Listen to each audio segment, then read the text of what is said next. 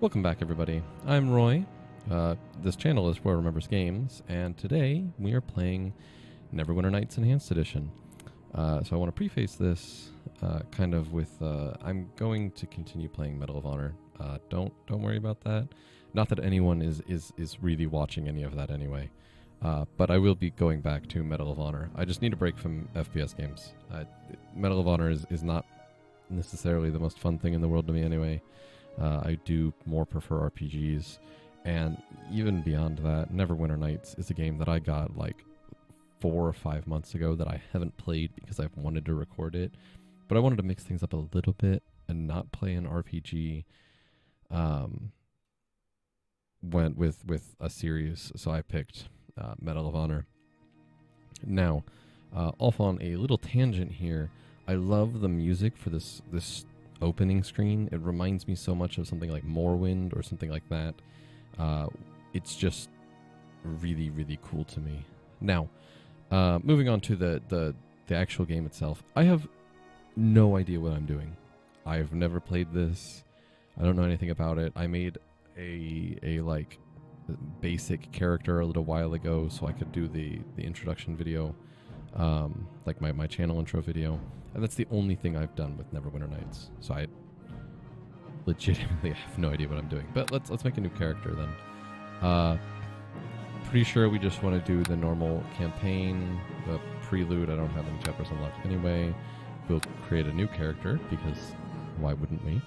And we'll go in. Gender, male or female?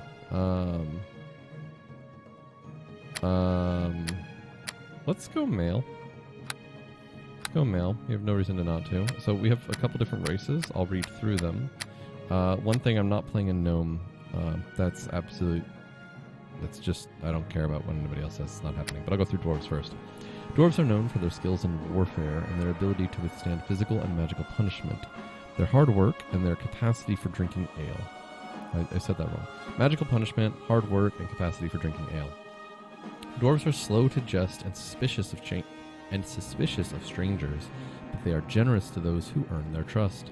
They stand just 4 to 4.5 feet tall, but are broad and compactly built, almost as wide as they are tall. Dwarven skin varies from deep tan to light brown, and their hair is black, gray, or brown. Dwarven men value their beards highly. +2 Constitution, -2 Charisma, so we're probably not picking that.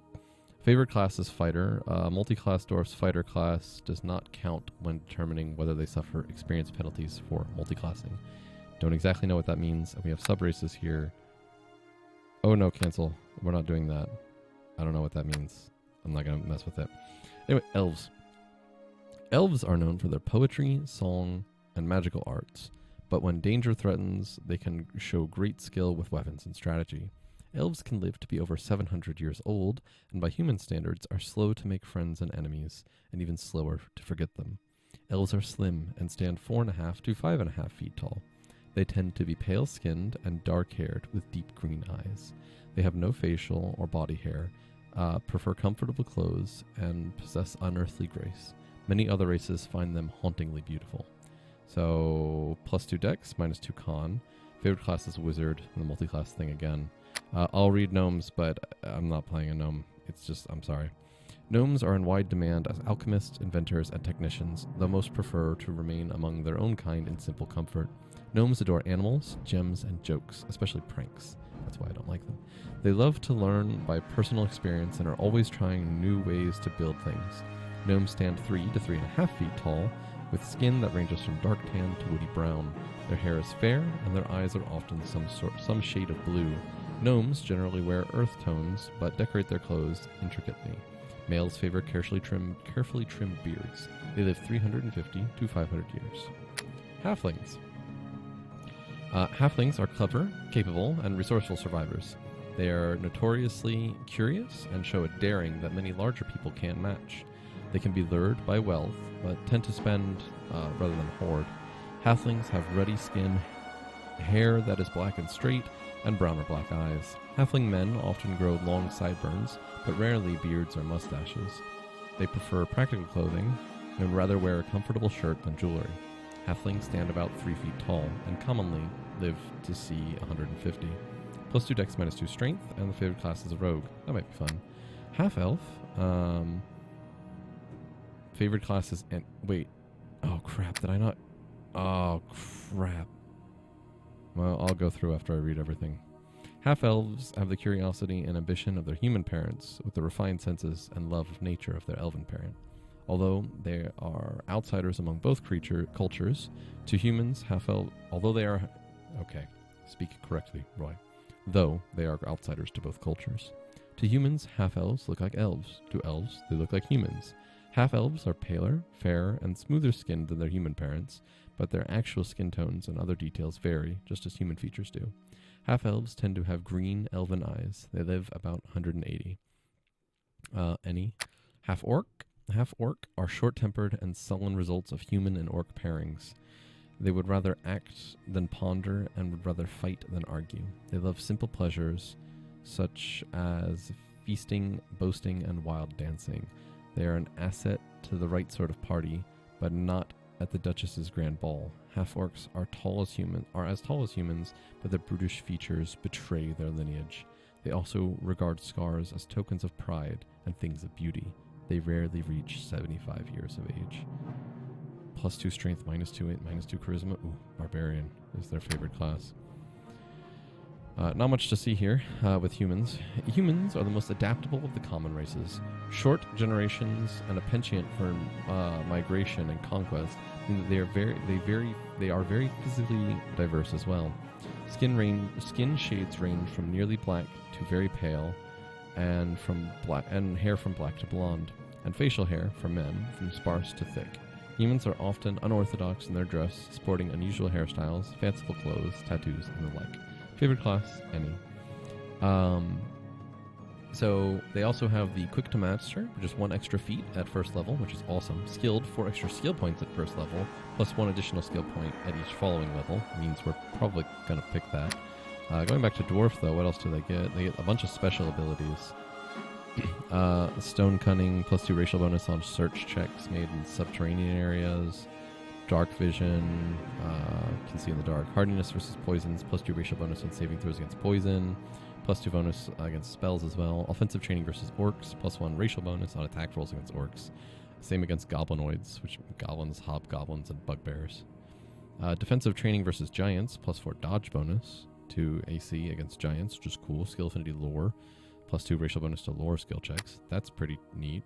I have played D&D before, so I know at least what some of this is, but definitely not all of it. Sleeplessness, immune to spells and effects of the sleep subtype. That's really cool. Hardiness versus enchantments, +2 racial bonus on saving throws against mind-affecting spells. Bonus proficiencies, longsword, rapier, shortbow, and longbow. Cool. Listen, +2 racial bonus. Search, +2 racial bonus. Spot, +2 racial bonus. Keen senses, elves make active search checks automatically and with no movement penalties. What? That's... Okay. Okay. Low light vision is pretty good too. Gnomes, I'll just look at it just because +1 size bonus to attack rolls, +1 size bonus to AC, +4 size bonus to hide checks, hardiness versus illusions, +2 saving throws against mind altering, offensive trait against +1 against reptilians and goblinoids, +4 against dodge bonus against giants, can listen better, +2 against listen, +2 concentration, +2 DC to any illusion spells, low light vision as well. Special, gnomes are small creatures, and as such, they can never use the following large weapons: bastard sword, dire mace, two-handed sword, double axe, great sword, halberd, heavy flail, quarterstaff, scythe, and spear. Packages. Gnomes characters should only choose the default package for their class, as the other packages may give the gnome weapons they cannot use. Cool. Halfling. So small size, +1 to attack, +1 size bonus to AC, full +4 to hide check, move silently, +2, listen, +2, lucky, +1 to all saving throws, fearless, +2 morale bonus for saving throws against spells and effects of the fear subtype. Good aim, +1 racial bonus to attack rolls made with throwing weapons. Cool. Halflings are small creatures and they have the same things as gnomes. Half-elves. Sleeplessness immune, hardiness versus enchantments again, +1 to listen, +1 to search, +1 to spot, low light vision. Half-orcs get dark vision, which you can just see in the dark. So we're probably going to pick human.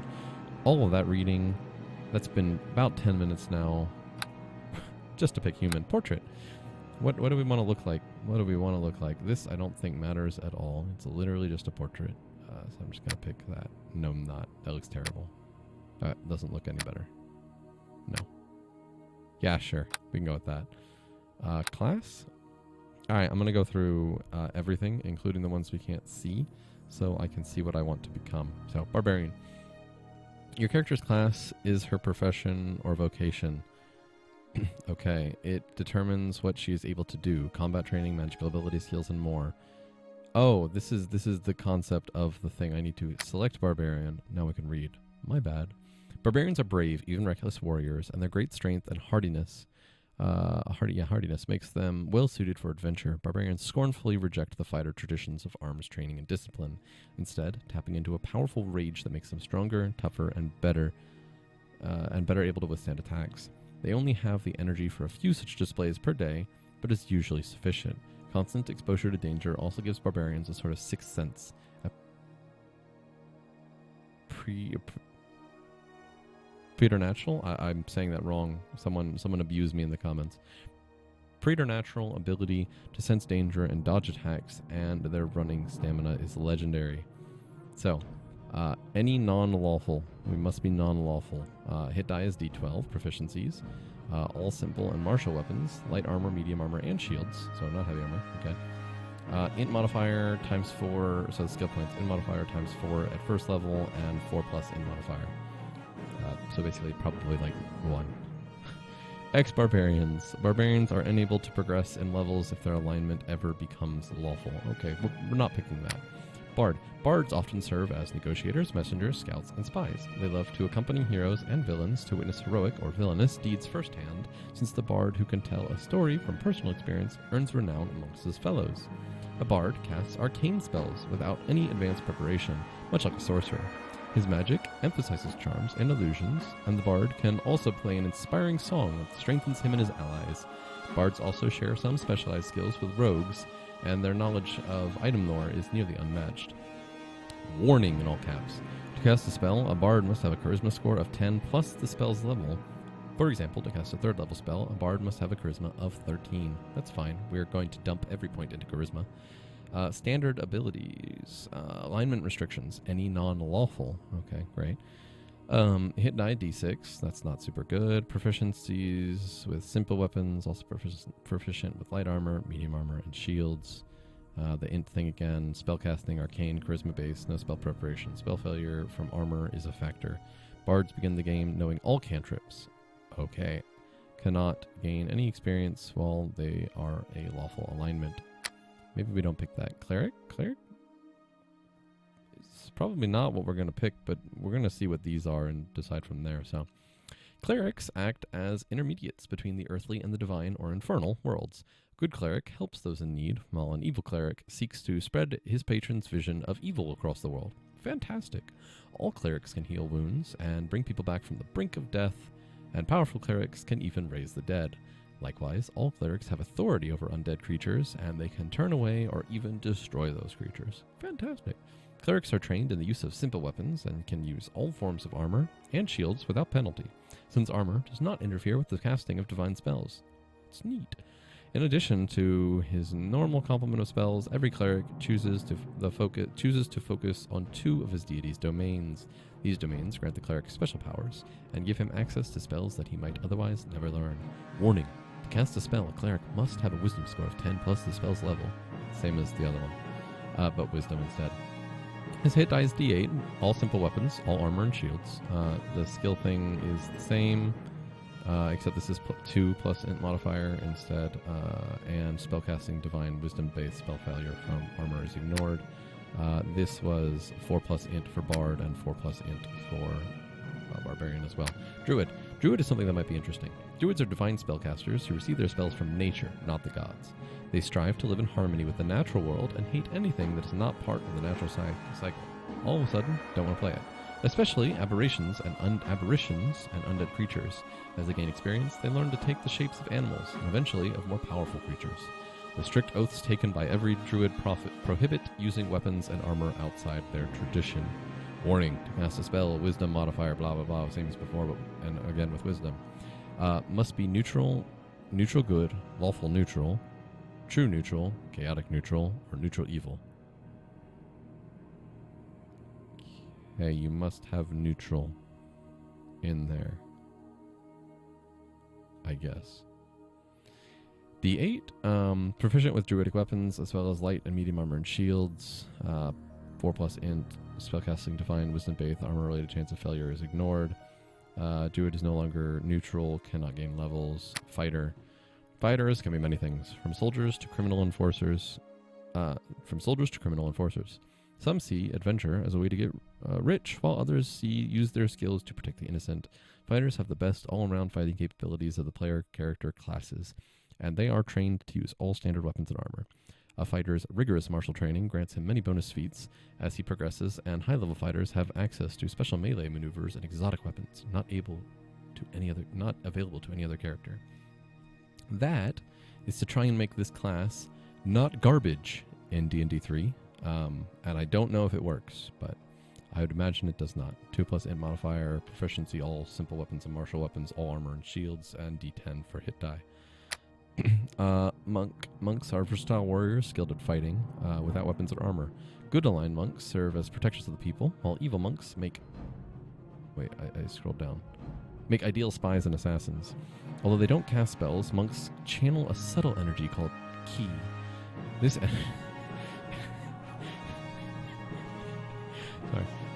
energy allows them to perform amazing feats, such as healing themselves, catching arrows in flight, and dodging blows with a lightning speed.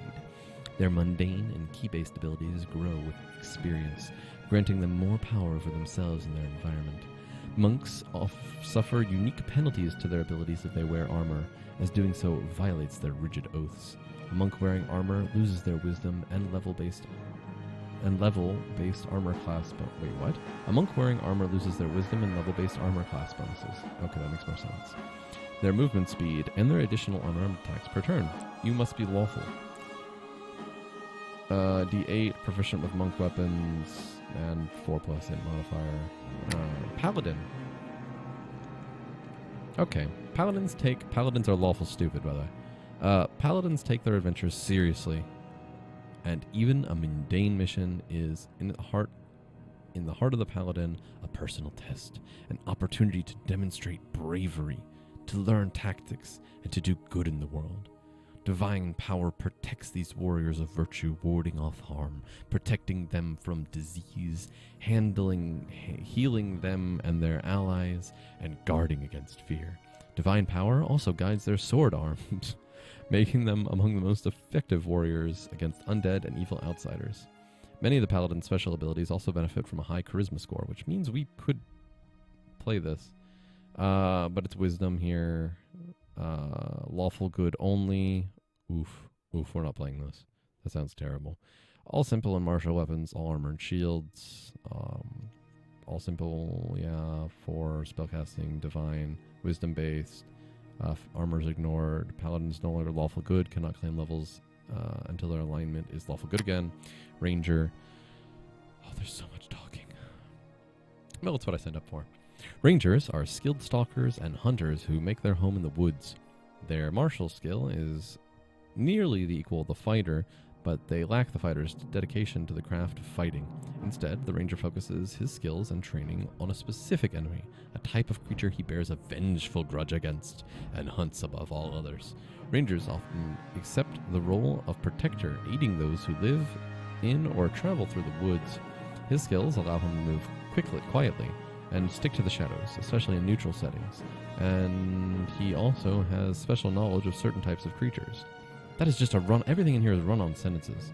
Finally, an experienced ranger has such a tie to nature that he can actively draw on neutral power to cast divine spells much as a druid does. Unlike a druid, he is often accompanied by animal companions. Wisdom score again, hit die 10. Simple martial weapons, int 4+. 4+ int, spellcasting, ranger spells divide. Divine, failure is ignored. Alright, there's only 3 more of the main classes. Ready? Rogue. Rogues have little in common with each other. While some, maybe even the majority, are stealthy thieves, many serve as scouts, spies, investigators, diplomats, and simple thugs. Rogues are versatile, adaptable, and skilled at getting what others don't want them to get.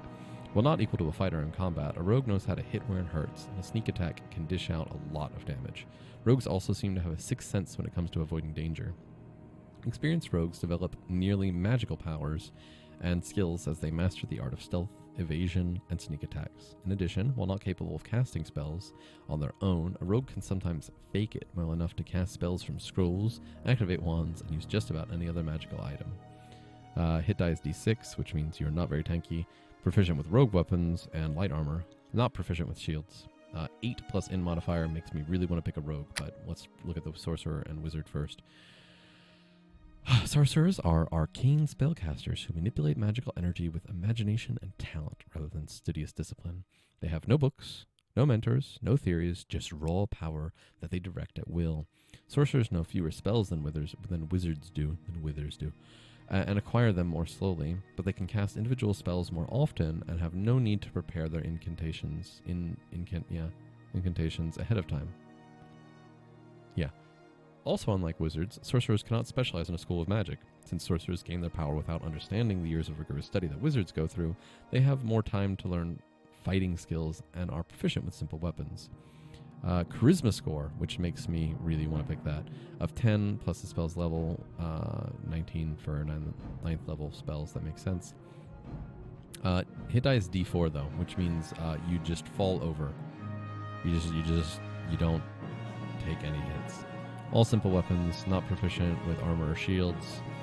2 plus intelligence modifier, which isn't great. Spellcasting, spell failure from armor is a factor. And lastly, in this, then we have all these that I have to still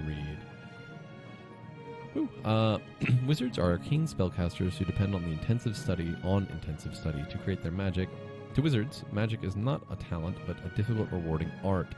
When they are prepared for battle, wizards can use their spells to devastating effect.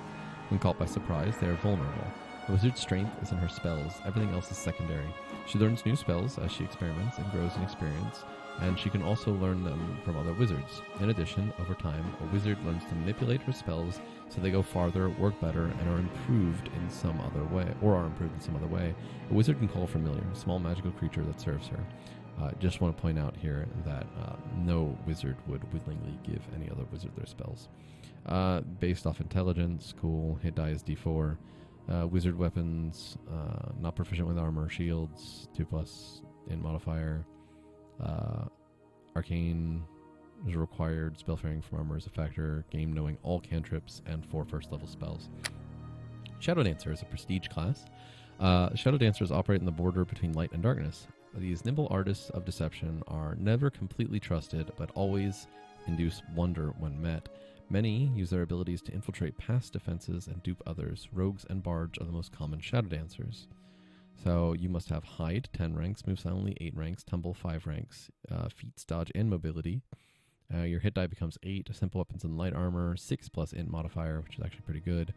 Abilities, level 1, hide in plain sight, can hide even while being observed. That's interesting. Evasion, no damage on a successful reflex save. That's amazing. Dark vision, cool. Uncanny dodge 1, retain dexterity bonus to armor class even if flat-footed. That's stupid good. Shadow daze, inflict an illusionary daze upon an enemy. Summon shadow, able to summon a shadow. Shadow evade, armor class concealment and damage reduction bonuses. Defensive roll, avoid death with reflex save. Uncanny dodge 2, plus 1 reflex saving throws. Slippery mind, failed will save. Failing will saving throw gets an automatic reroll. Cool. That's only level 7, so we'd have to get to a level 10 rogue or bard before we do this. Might be hard. Improved evasion, failed reflex saving throw, result in only half damage. Okay, what is a Harper Scout? Harpers are a secret society. Members are dedicated to holding back evil, preserving knowledge, and maintaining the balance between civilization and the wild. The Harper Scout performs many duties, including espionage, stealth, and reporting information. D6, light armor, 4 plus int modifier. You must be non-evil. You must have discipline, 4 ranks, search 4 ranks, lore 6 ranks, persuade 8 ranks, alertness and iron will. So, level 1, we get bardic knowledge, a bonus to identifying items, first favorite enemy, which is cool. They only have 5 levels here, so that's something to remember. Then there's eye, plus 2 bonus to saving throws, sleep as versus traps, and sleep as a spell. as spell. I think we get the spell, but anyway. Yeah, Timor's Smile, +2 bonus on all saving throws once per day. That's not so great. Cat's Grace, Liara's Heart, +2 bonus to saving throws versus mind-altering effects. Eagle Splendor, second favorite enemy. Craft Harper item, craft magical potions. Invisibility. Okay, not super great. Arcane Archer, master the Elven Warbands. The Arcane Archer is a warrior skilled in using magic to supplement their combat prowess. Fighters, Rangers, Paladins, and Barbarians become Arcane Archers to add a little magic to their combat abilities. Conversely, Wizards and Sorcerers may take this prestige class to add combat abilities to their repertoire. All simple and martial weapons, light and medium armor, and shields, +4 race, elf, or half-elf, so we're not even going to bother reading the rest. Assassin. Assassin is master of dealing quick, lethal blows. Assassins often function as spies, informants, killers for hire, or agents of vengeance. Their skill in a variety of dark arts allows them to carry out missions of death with shocking, terrifying precision. Rogues, monks, and bards are ideal candidates to become assassins. Light armor proficiency, d6 for health. Alignment must be evil. Hide 8, move silently 8. Level 1 death attack. 1d6. Oh, plus 1d6. Special sneak attack that has a chance of paralyzing opponents. Use poison. Automatically success when coding a weapon with poison. That's cool.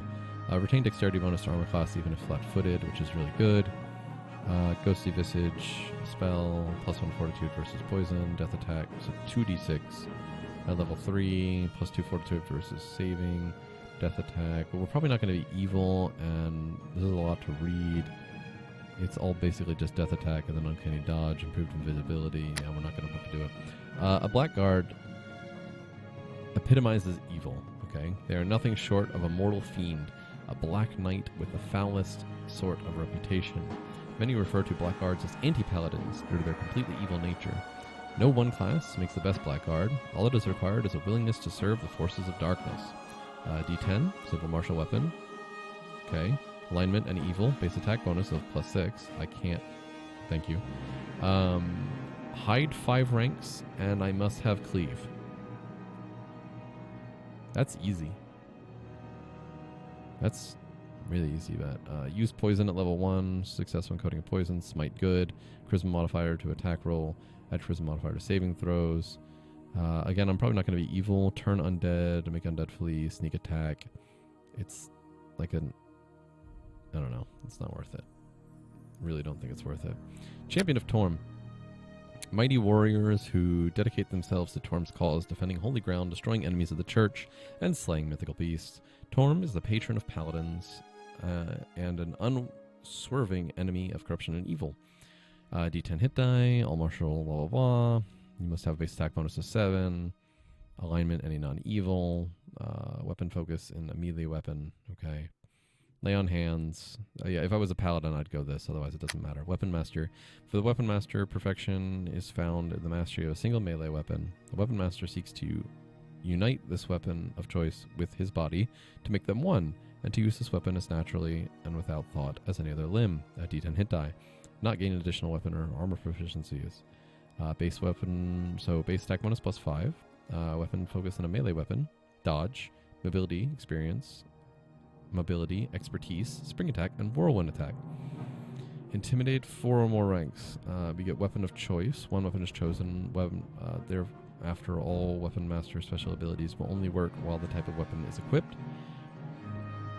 Key damage, once per day. Once per day per level maximum damage is dealt. That's pretty cool. That's actually really cool. Okay. At level 5, increase multiplier. Add 1 times to weapon critical damage multiplier. Oh, that's awesome. Superior weapon focus. Add +1 to attacks with weapon of choice. Key critical. Add +2 to weapon of choice threat range. That's good. Okay, that's neat. A Pale Master. Oh, Necromancy is usually a poor choice for arcane spellcasters. Those who really want to master the deathless arts must always pursue divine means. However, an alternative exists for those who desire power over undead without losing too much of their arcane power. Enter the Pale Master, who draws on a front of special lore that provides a macabre power all its own. Pale Master does not get any additional weapon stuff. Hit die is D6. Spellcasting level 3 or higher. Any non-good alignment. We can probably do that. That's entirely possible. We'll see. Bone Skin add +2 to AC. This increases by another 2 for every 4 levels of Pale Master. Awesome. Animate Dead at level 2. Once per day spell-like ability. Dark Vision ability. Awesome. Summon Undead twice per day. Ruthless Vigor +3 hit points per level. Or Deathless Vigor, I'm sorry. That's pretty good. Undead Graft 1 grants Undead Arm that twice per day can paralyze. Tough as Bone, immune to hold, paralyze, and stunning. Undead Graft 2, Paralyzed Touch can be used 3 times a day. Summon Greater Undead. Powerful Undead is summoned. Deathless Mastery, immune to critical hits. Deathless Master Touch the Death Arm instantly kills with a DC of 17. Upon reaching levels 1, 3, 5, 7, and 9, the character gains new spells per day as if he had also gained a level in his highest caster class, Bard, Sorcerer, or Wizard. He does not learn any new spells through this ability, however. Wait, what? Character gains new spells per day as if he had also gained a level in his highest. Oh. Ooh, that's good. That's really good. So basically, like, if we're like a level 10 bard,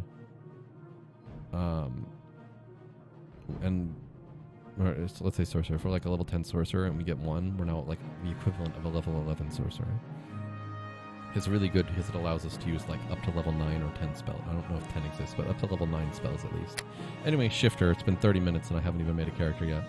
A Shifter has no form they call their own. Instead, they cloth themselves in whatever shape is most expedient at the time. While others base their identities largely on their external forms, the Shifter actually comes close to their true self through all their transformations. What? Okay. Of necessity, their sense of self is based not on their outward forms, but on their soul, which is truly the only constant about them. It is the inner strength of this soul that enables them to take on any shape and remain themselves within. Shifter does not gain any additional stuff. D8 health hit die, 4+ int modifier. All you need is alertness and wild shape, and spellcasting level 3 or higher. Greater wild shape 2. Chromatic Wormling Dragon 3 times a day, and gain use of their breath weapon. Cool. Harpy, Minotaur, Gargoyle, unlimited times per day. Drider, Basilisk, and Manticore, gaining some of these creatures' abilities. Greater World Shape, unlimited times per day. Can change into Medusa, Huge Dire Tiger, and Mind Flayer. Okay, that sounds really good. Dwarven Defender, I'll just read the thing. We can't do it because we're not a dwarf. The Defender is a sponsored champion of a dwarven cause, a dwarven aristocrat, a dwarven deity, or a dwarven way of life. As the name might imply, the character is a skilled combatant trained in the art of defense. A line of dwarven defenders is a far better defense than a 10-foot thick wall of stone, and much more dangerous. Red Dragon Disciple. It is rumored that the magical powers of sorcerers and bards is somehow connected to the prestige of dragon, or to the presence of dragon blood in their family tree. Red Dragon Disciples are sorcerers, and sometimes bards, who use their magical power as a catalyst to ignite their red dragon blood, realizing its fullest potential. They prefer a life of exploration to a cloistered existence. Already adept at magic, many pursue adventure, especially if it furthers their goal of finding out more about their draconic heritage. They often feel drawn to areas known to harbor dragons. Hit die is special. A red dragon disciple does not get any other stuff. Int 2+ int modifier. Must be a sorcerer or bard with 8 ranks in lore. So far, this is looking like what I want to do. 1 draconic armor gains nearly invincible scales that increase his or her natural armor class by 1. Hit die increased to d6. This change is not retroactive. Okay, that's fine. Draconic ability score, strength +2, awesome. Breath weapon 1. Breathe a cone of fire.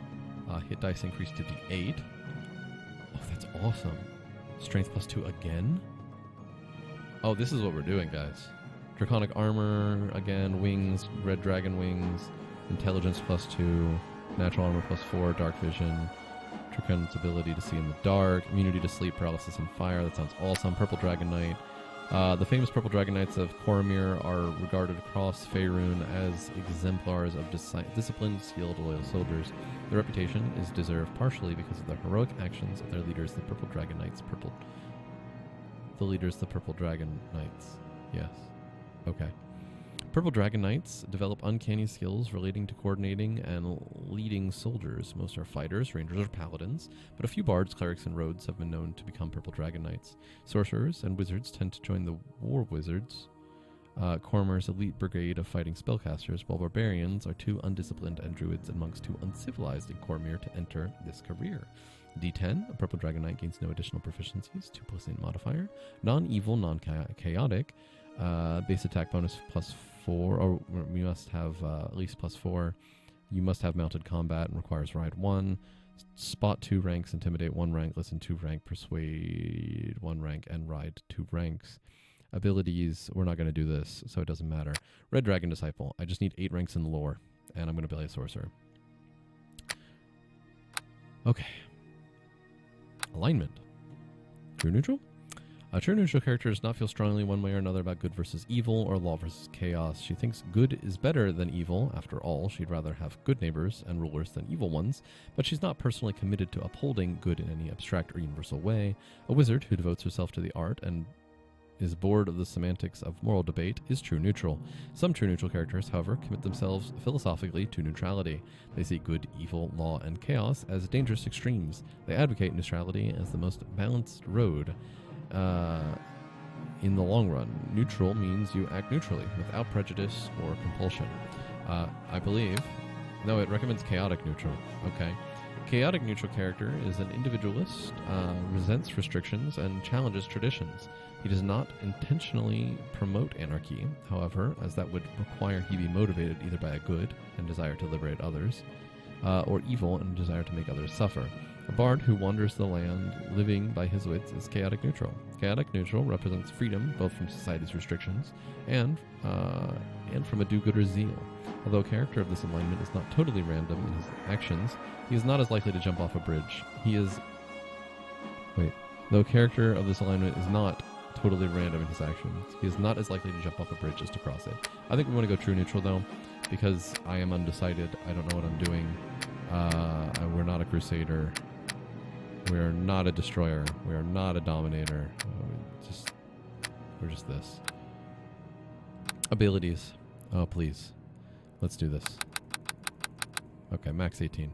We definitely want that 10. We probably want Constitution 10 at least. That 10. We want this.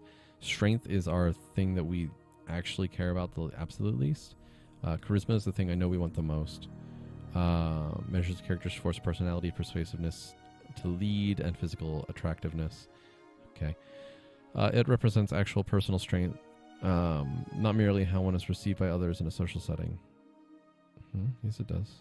Whatever. Charisma is the most important for paladins, sorcerers, and bards. It is also important for clerics, as it affects their ability to turn undead.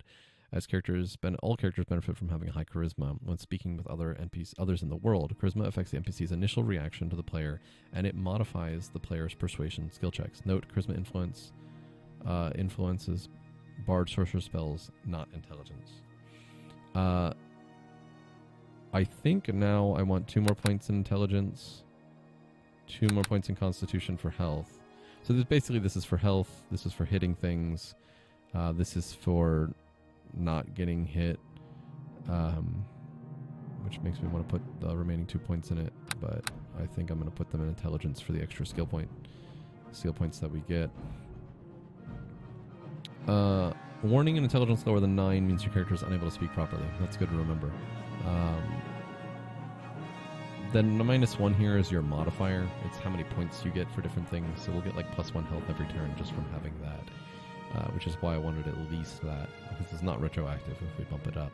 The intelligence will give us +2 for the whatchamacallit thing, and 10 is about average. So we're below average for strength.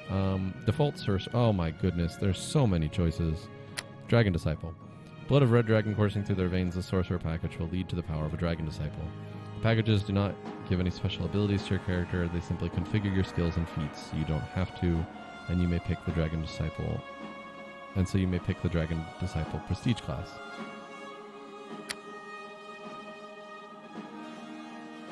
Uh-huh. Can I configure the package?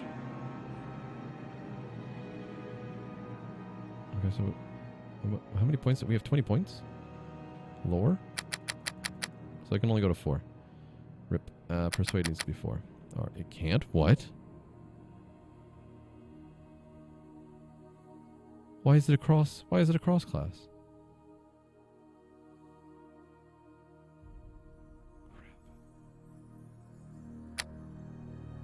No. Number of ranks. Skill modifier 4. No. Why? Oh, dumb.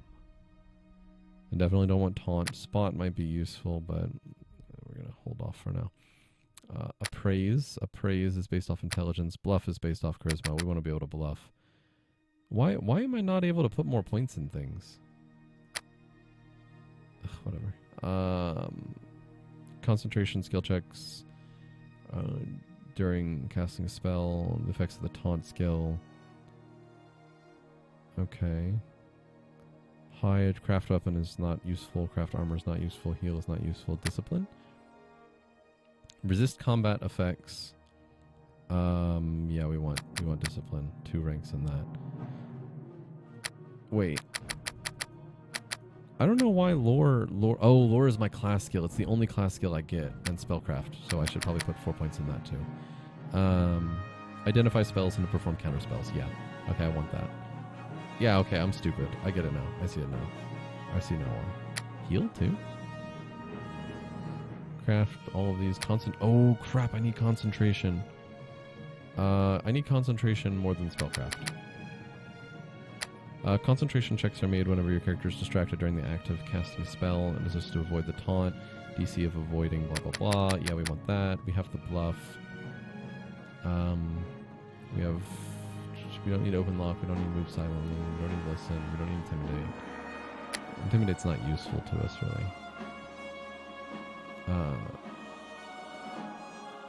Okay, cool. Yeah. Okay. Oh, remaining feats. I have feats now too. What? Mount actions. What? Quick to master. I don't know what that is. Weapon proficiency simple. I have a summon familiar feat. Cool. I don't know what any of these are though, so we're gonna try and read them. Spot and listen checks. Nope. Armor proficiency light might be useful.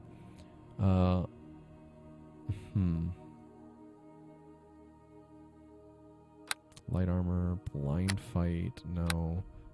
Blooded?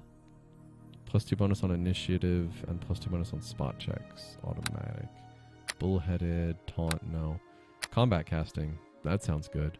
Cast first level spells.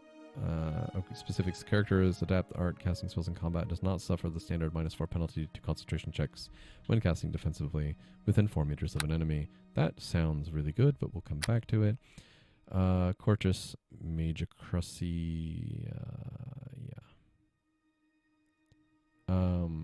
can only take it at first level. Character gets +2 bonus on lore checks and spellcraft checks. That sounds great. Expertise. Required for other things. Character can make defensive attacks. No. Extend spell. Ability specifics. Extend spell have their duration doubled, lasting twice as long as normal. That sounds good for later. Great fortitude. Tougher than normal, getting +2 bonus to all fortitude saving throws. Nope. Improved initiative. Improved parry. Improved unarmed iron will. I don't know what that is. +2 bonus to all will saving throws. Nope. Lightning reflexes. Knockdown percents. No. Luck of heroes. +1 bonus on all saving throws. Nope. Resist disease. Resist poison. Scribe scroll. That probably allows us to make scrolls. You can create a scroll of any spell that you know. Scribing a scroll costs a small amount of XP and gold. Nope. Shield proficiency. No. Can use silent spell. Okay. It's a meta magic. Ability to cast first level specific. Silent spells are cast without a verbal component. A silent spell occupies a slot 1 level higher than normal. That sounds really good. We'll see. Appraise and persuade checks. Can only take it at first level. It's getting there for persuade. Persuade is OP. Well, I actually don't know, but I'm assuming persuade is OP. A character with this feat is adept at a certain skill, gaining +3 bonus in all checks with it. I get a skill. Okay. Multiple times the feat effects do not. Okay. Snake blood. +1 reflex saving throw bonus. Some other stuff. Spell focus. A character with this is adept at a certain school of magic, gaining +2 bonus from all the things. I don't know what I'm doing with that yet. Spell pen. +2 bonus caster level. To caster level checks to beat a creature's spell resistance. I have to drink water. Give me a moment.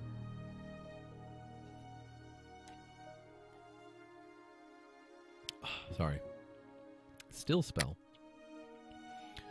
Cast without a semantic component. Any penalties incurred from casting in armor do not apply. Okay. We're going to go with no. Strong soul. Fortitude and will saving throws. Something about death magic. Thug. +2 bonus on initiative checks. +2 bonus on persuade checks.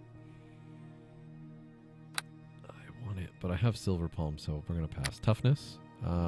Feat is tougher than normal, gaining 1 bonus hit point per level. Hit points are gained retroactively, so we're going to wait till later. 2 Weapon Fighting, no. Weapon Proficiency, Martial, no. What was this one? Lore checks and spellcraft checks. There was another one. I don't remember what it was. Crap. Extend spell? No. What was it? Expertise? No. Oops.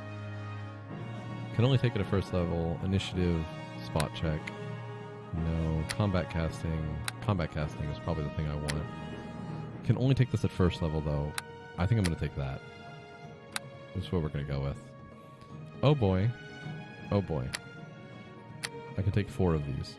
Ray of Frost is one. I don't know exactly what it does, but it's getting taken. 1d4 plus 1 cold damage to a single target creature. Yep. Light. Create small light source above the target creature's head. The light travels with the target and is capable of illuminating a small area. Any item the characters can equip to make it glow for a spell's duration, like a natural source of light. Resistance. +1 bonus to all saving throws. Flare.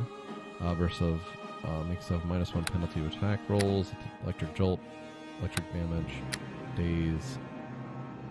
5 hit dice if they are dazed for 2 rounds. No. Acid splash.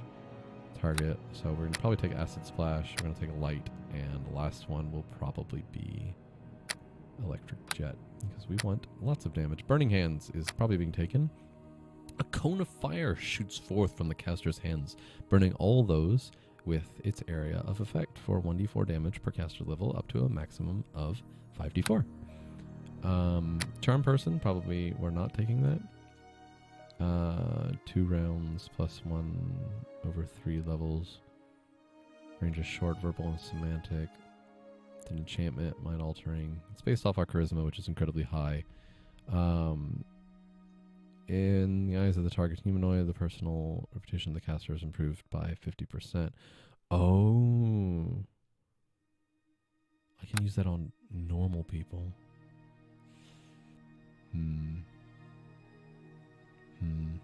Mage armor? No. Summon creature 1. Summons a dire badger to be faithful and loyal servant. It says nothing about duration 24 hours. That sounds useful, but I only get 2 spells. I gotta be... Iron Guts? When touched, target creature gains +4 circumstance bonus on fortitude saves against all poisons. Nope. What is this boom? You blast the target with a loud and high-pitched sounds. The target takes 1d4 points of sonic damage per 2 caster levels, maximum 5d4, and must make a will save or be deafened. Cool. Expeditious Retreat. Caster becomes moving faster. Color Spray. Color Spray sends forth a dazzling array of lights to confound all creatures with an area of effect. Its effects vary according to hit dice of the creatures. Sleep, blinded, or stunned. Nope.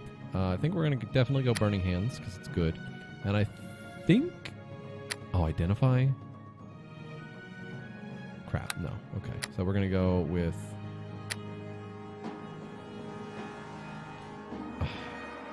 Fall down. Okay, so I should read out loud. The churning field of oil and grease fills the target area, causing all within to either fall down or move at a reduced speed.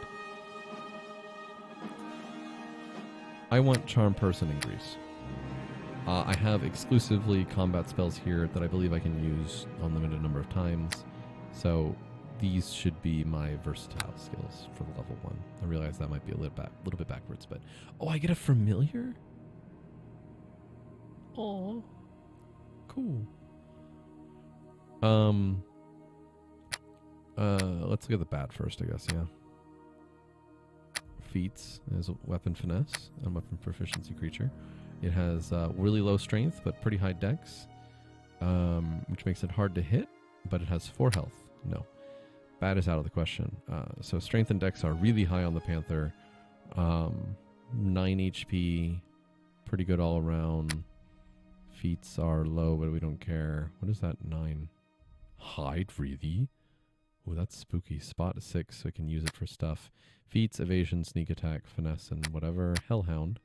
I feel like a Hellhound is not a good idea for a lot of different reasons. Oh, I can just do this. Eerie Dog is... Yeah, we're not going to pick it. We're not going to pick Imp either. Lawful Evil. A Fire Mephit? It's true neutral. Can fling bolts of fire. Cool, thanks. Really low health? No. Ice Mephit, no. Pixie. Neutral good. It's a rogue. Oh, their class is outsider. This class is a rogue. Pixie is rogue. A raven is an animal. A fairy dragon is a fairy dragon. Is a dragon. A pseudo dragon is a dragon. Okay, sure. I can have an eyeball. Nope, we're going with the Panther. Panther sounds like a good idea. Your name is Awera. Yep, that sounds good to me. Oh, I got to customize my character now. Finally. Woo. Now, here's the thing where you spend the next 45 minutes on. No, I'm kidding. I'm probably going to go with that. Your tattoo is going to be... Okay. Want to get like 3 choices? Body. With skinny. Clothing. Yes. Yes. This is Get on them! Attack, I say! Oh, that was off-putting. To your weapons! Nope. Attack! Nope. That's quite loud. Male psychopath. I want to see suffering. Nope. Dumb hero. Don't just stand there! Crack some heads! No. To your weapons, and don't let up! Attack! Brooding By dark my hero. direction, attack! Okay, that sounds good. Roy. I'm gonna do it right this time. Roy remembers. Bam! Look at that. That's great. Deity. Enter the no. Just ignore the deity. We don't have a deity. Ready, guys? Are we all ready? We have. We can see what our levels are. So we have actually 6 in bluff. We have lore. We have 6. So next level or the level after that, I think level 4. I think we should be able to get the dragon knight thing. Taunt is 4, which is scary, but that's fine. Persuade is 6. Intimidate is 4. Concentration is 5. Bluff is 6. Appraise is 2. Feats. We can do things on our mount that we don't have. And here are our spells. So let's play. We have a little bit left. The Frozen North, the name given to the stark and unforgiving frontier that lies beyond the high moor of Faerun. A bleak wilderness where barbarian clans and tribes of giants roam the land and fierce dragons rule the skies. But amidst the frozen savagery stands a bastion of civilization, the city of Neverwinter, jewel of the north. Behind the city's high walls, those both hardy and brave carve out an existence from this bleak land under the guidance and protection of the legendary hero, Lord Nasher Alagonda. Yet there are some things that all the courage in the world cannot stand against. A virulent plague swept the city, a terrible affliction that began in the beggar's nest. Soon, all of Neverwinter would feel the touch of the Wailing Death. The disease could not be cured. Panic ensued. The streets erupted into violence. The jewel of the North was brought to its knees. To save Neverwinter, Lady Aribeth de Tilmarand, Paladin of Tyr, and Lord Nasher's right hand put forth the call for a champion. A rush of would-be heroes answered her call, some drawn by promises of grandeur and glory, others by the lure of gold. Those with the greatest potential were initiated into the academy to train and study under the greatest minds of Neverwinter, all in the hopes a champion might emerge to save the city from the Wailing Death, and whatever sinister force might be behind it.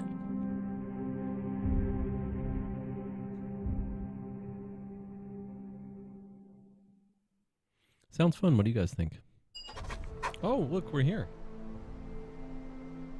Oh, we can explore a little bit and talk a little bit. I do want to say though,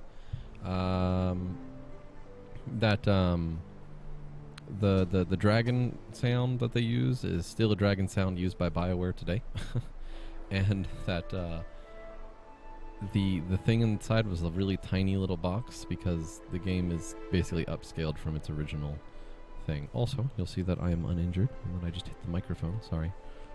Here are some things that I have. I can go to stealth. I can go out of stealth. I can go to detect. Oh, there's a chest here.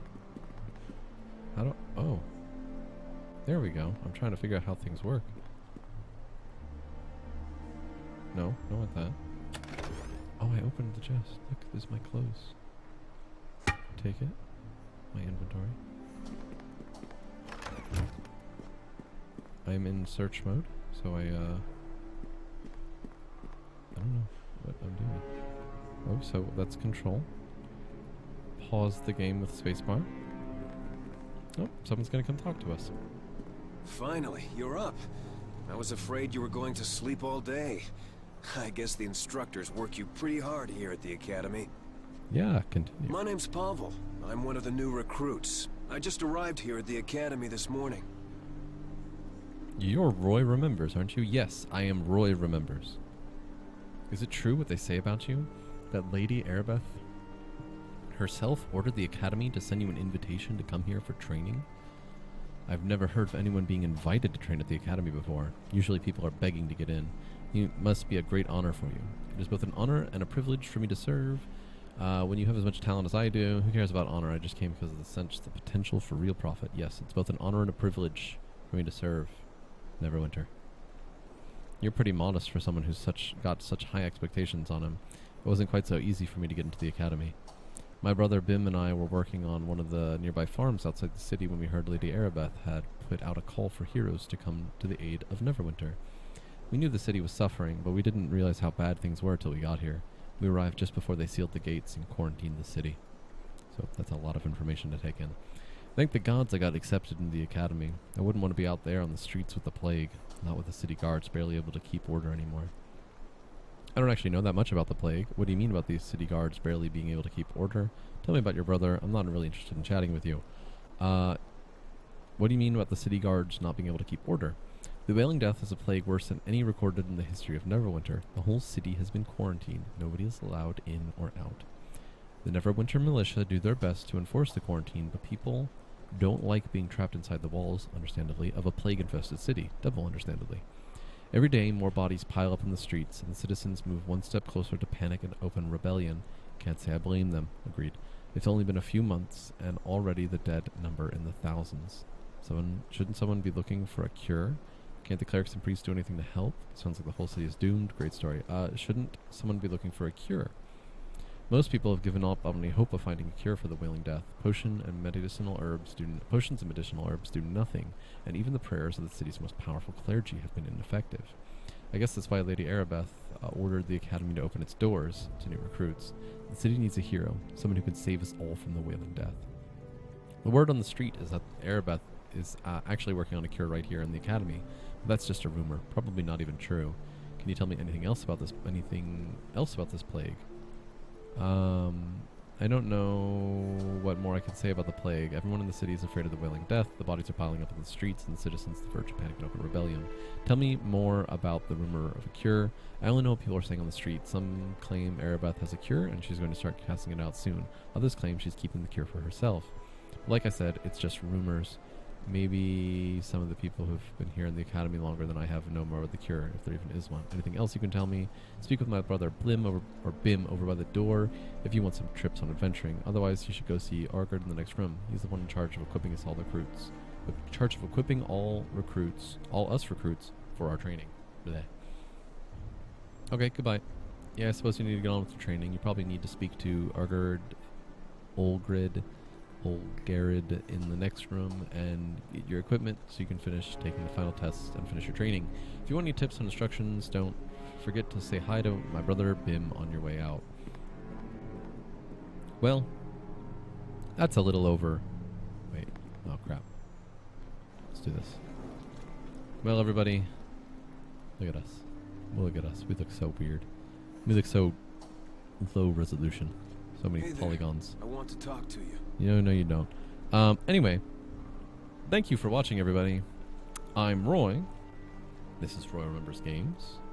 And we've been playing Neverwinter Nights. We didn't do much, but hopefully you liked it. If you do, on your left is probably going to be the next episode when it comes out.